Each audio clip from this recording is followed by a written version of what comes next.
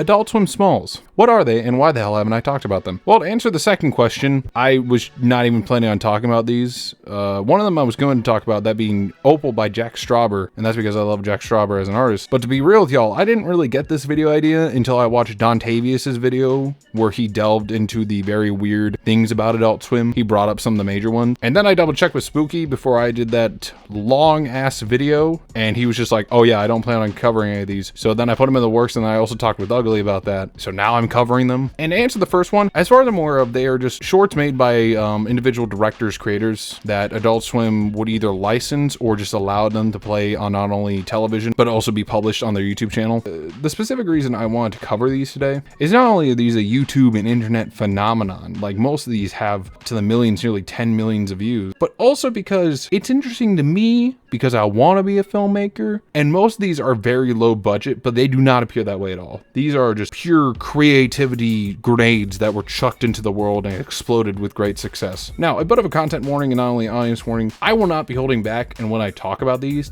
are not going to be, this video is not going to be a delving into the psychology of some of these and what the inner meaning is. I'm just going to be delving into the specific parts I like about it and sort of discussing the overall plot, but I will not be holding back in any of the highly gruesome and specific details about these, and these do get into very disturbing topics. So if you enjoy disturbing topics, which presumably the people that Spooky sent me, which by the way, hi guys, how you doing? Welcome to the show. Make sure to like, comment, and subscribe. Then you are going to have yourself a good time. Also, I won't be really showing videos. It's more going to be still images, but it's going to be a lot of me talking and discussing the plot. So if you have not seen these yet, all three of them, they're going to be the first ones linked in the bottom, right underneath the, probably the Spooky plug and stuff. Also, this serves as a massive spoiler warning for the following shorts. Opal, unedited footage of a bear, and this house has people in it. Go watch them real quick and then, come back to this video. Are you back? Okay, cool.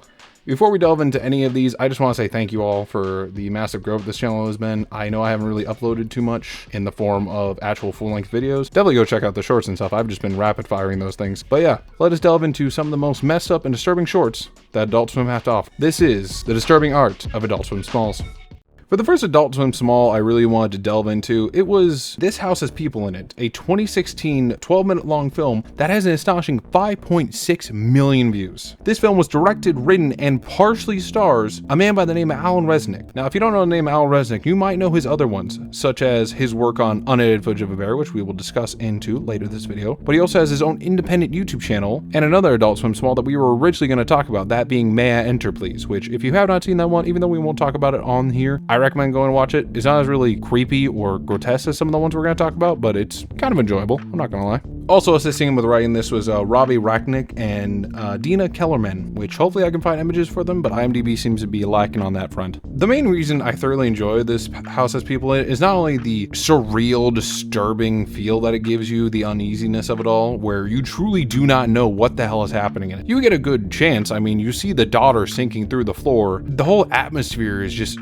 weirdly enough claustrophobic because you're seeing this through security cameras distributed all around the house. There's a lot of unexplained stuff going on, which that's sort of going to be a common thread with anything that has Alan Resnick in it. It's not really ever explained, which I think is a good thing, to be honest with you, because it allows people to come up with their own theories and ideas of truly what's going on. The basic way I can unravel the plot is, as we look through the security cameras of a suburban household as they prepped for a young child's birthday party, for some reason, the daughter just lies on the ground. Now, they originally think that she's on drugs or some sort of thing, or she's just being rebellious, but then she just begins to sink through the fucking floor for not a single damn reason that can be explained. As we see constant weird things and a weird man who is doing pottery on the television, which once again is played by the director of this, other weird things start to happen. We see random things going through the windows. We hear odd noises through the security cameras, and as she begins sinking down further into the floor, everyone starts losing their mind, including the father, who at one point starts crying and then saying that this is in fact a test by God, which I don't know, there had to have been at least one person that was like that. As she proceeds to fall even further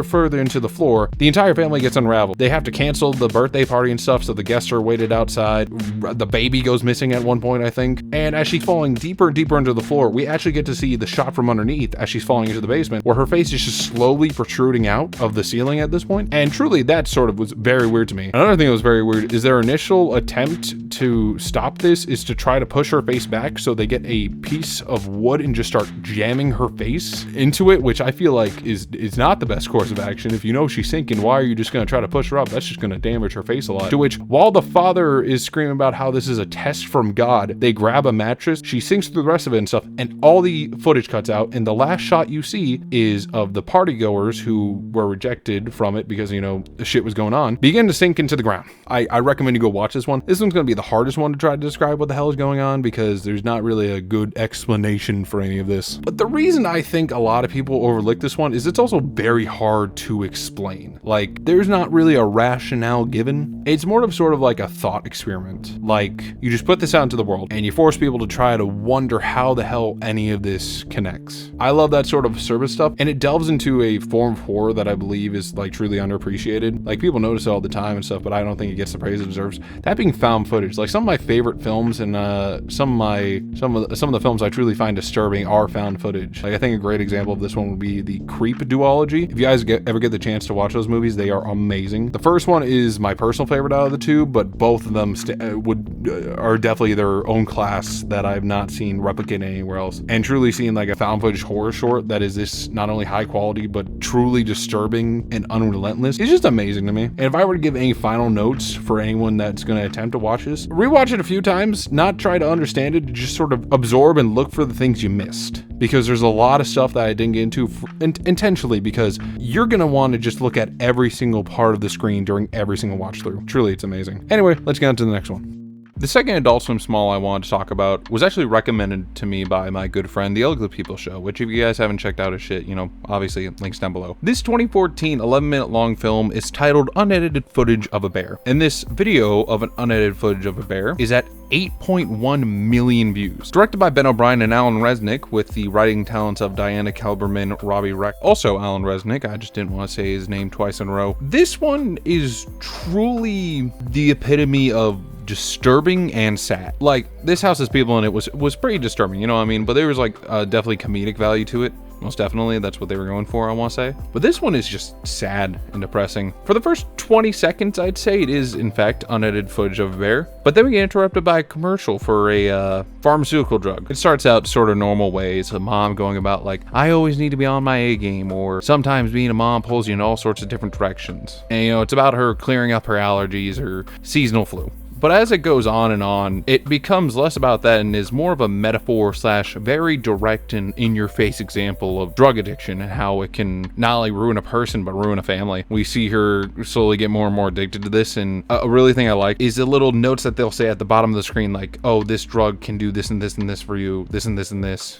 Sort of like the warnings and stuff. And the longer it goes on for, the more depraved and more depressing or insane they are. We see this woman constantly taking this drug to clear up her problem, and then we see a crime scene where it appears someone has been murdered and a crazed man is screaming at the top of his lungs and stuff, presumably also affected by said drugs. As it continues on, we constantly hear stuff about like, oh, this, if you're this and this and this, stop taking the drug, you know, sort of standard stuff. But then she sees something that looks like her shawl or her shirt in the middle of the road, and then she sees another version of her, which, fun fact, I double checked this, they're just twins. Yeah, I believe the main actress is Carrie Donnelly. I hope I'm saying that last name right. And the other twin is her sister, Jacqueline Donnelly. I don't know if that's entirely true. IMDb for this one does not have photographs. It's really hard to tell. We see this version of her beat the shit out of her and then proceed to like run her over with her own car. We see the new person sort of take over and return home and take care of the kids, except she doesn't do this. We see in clips and sort of quick cuts that truly this new person is a detriment to the family. We see her like marking out faces of the kids and stuff, acting sporadic, screaming random stuff. And then we get a very apt scene where she's outside and there's 4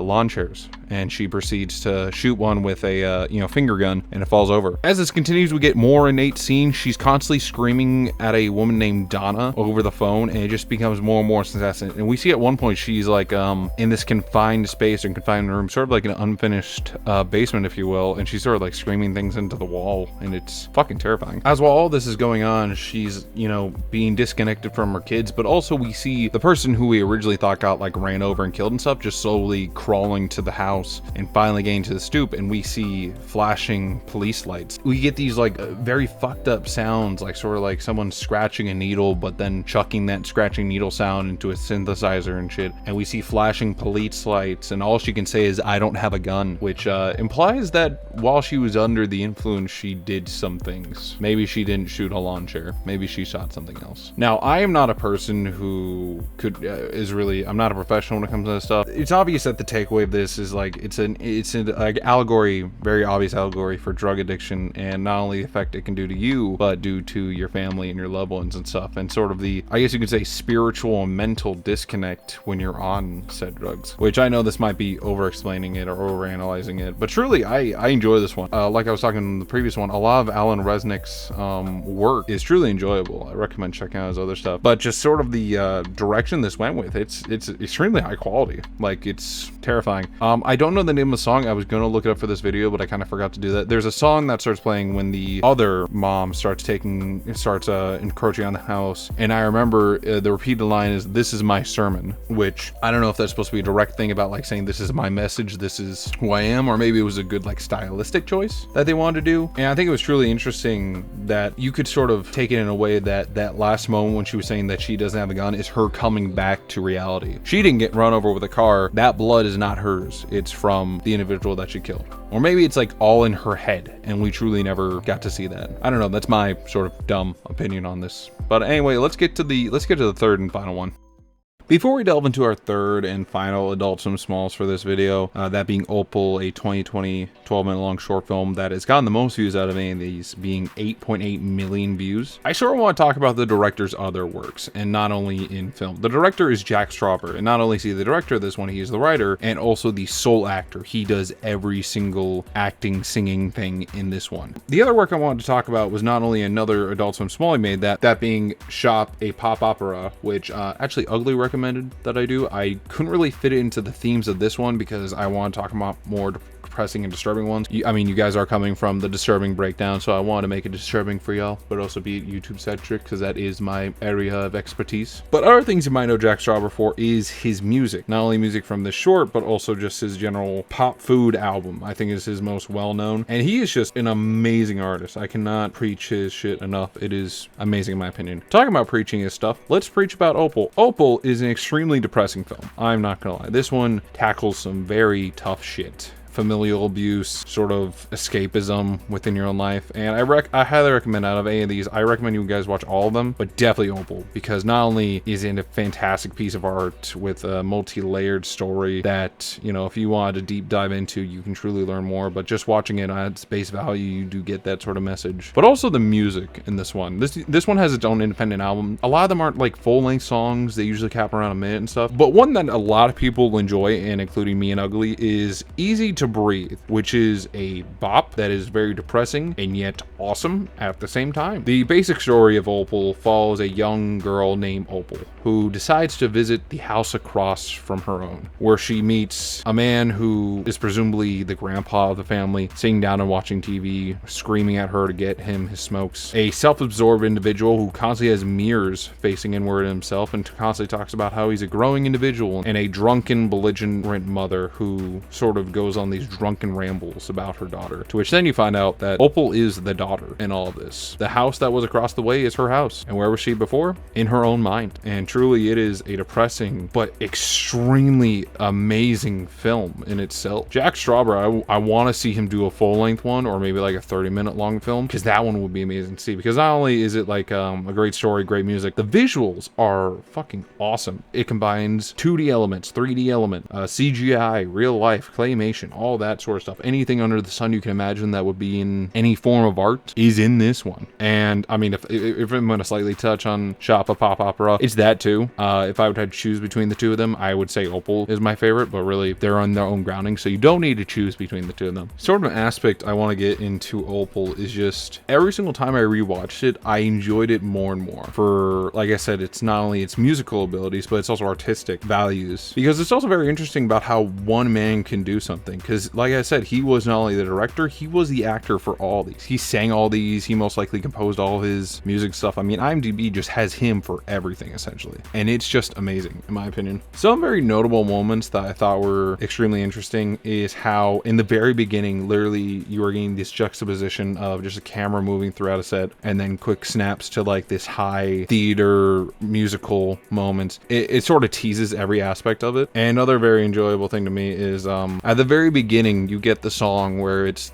3 family members who were seen on the billboard, and these are supposed to be like, at least in my opinion, I think these are supposed to represent what Opal wants her family to be. She wants them to care about her and to be there for her, but of course none of them are. They're all distant. They sing this song like, "We see you, Opal," all that stuff. That's the beginning song, and then at the end it is once again that song where she's escaping into her mind and then she sees these people. And I just, in my personal theory, is that this is a nightly occurrence for her. This is a daily, nightly thing that she has to go through just to deal with life, and that is truly fucking terrifying but also realistic. It's just the constant need for escape. I understand that to a T, and truly this is just a fucking work of art, and that is just not only my opinion but just a goddamn fact. Hey, so that got pretty depressing at the ending, but I just want to say thank y'all for sticking around. This one was very interesting for me to delve into. As you guys know, I mostly do the videos where I open up packages, you know, all that sort of shit, and I just blatantly record, but I do enjoy doing these sort of long-winded, sort of just speaking my mind videos, even though I should really start writing scripts, because it literally took me an hour to record the first part of this because I kept fucking up. Also, you might notice I've tried to hold back on the curse words because I understand that YouTube really doesn't like that. And also, if I want this to be a good thing for my portfolio for like editing, I don't want to just constantly be screaming fuck shit, you know, all that stuff. Videos to expect in the future. I'm going to finally finish up doing Batman Returns and then the other Batman videos. If I do an announcement video, sort of the only thing I can really say is that I'm going to move away from doing single shit. Like, if I review something and I open up a package, that will be collections. Even if it's like 2 items, a 2-item collection, or like full 10 of them, I'll do that. And I'm also going to put like higher quality into them because, as you guys might have noticed, I haven't uploaded in a little bit. I am not very consistent with my uploads. That's because college has been kicking my ass, and also life is just, you know, in the brain and shit's been fucking me up. But yeah, that's all I really got to say. There's not really much else. Oh yeah, like, comment, and subscribe. You know, tell me what you want me to review in the description down below, and go check out the other 2 disturbing things I did, the childhood trauma video, and then if you want to, I mean, toss on in the background the 15-minute video. Oh, also big thank you to Spooky. Obviously this was such a amazing thing. Spooky is just such a cool dude. Not only is his content fucking top tier and deserves way more love than it gets, he's also just like a great guy to talk to. Like we shoot shit about you know, shit I covered whenever I was like a bit stuck or needed help with something. I always shot him like a text line, so just like, hey Spooky, do you think this would be a good idea? And he was like, yeah. And you know, maybe if he covers the creep duology, maybe I'll get another shout out. We don't fucking know, but it's a, you know, I'll shut up. Y'all have a good day, good night, good midnight, good midnight. I'll be seeing you on the next one. Make sure not to die. Bye bye.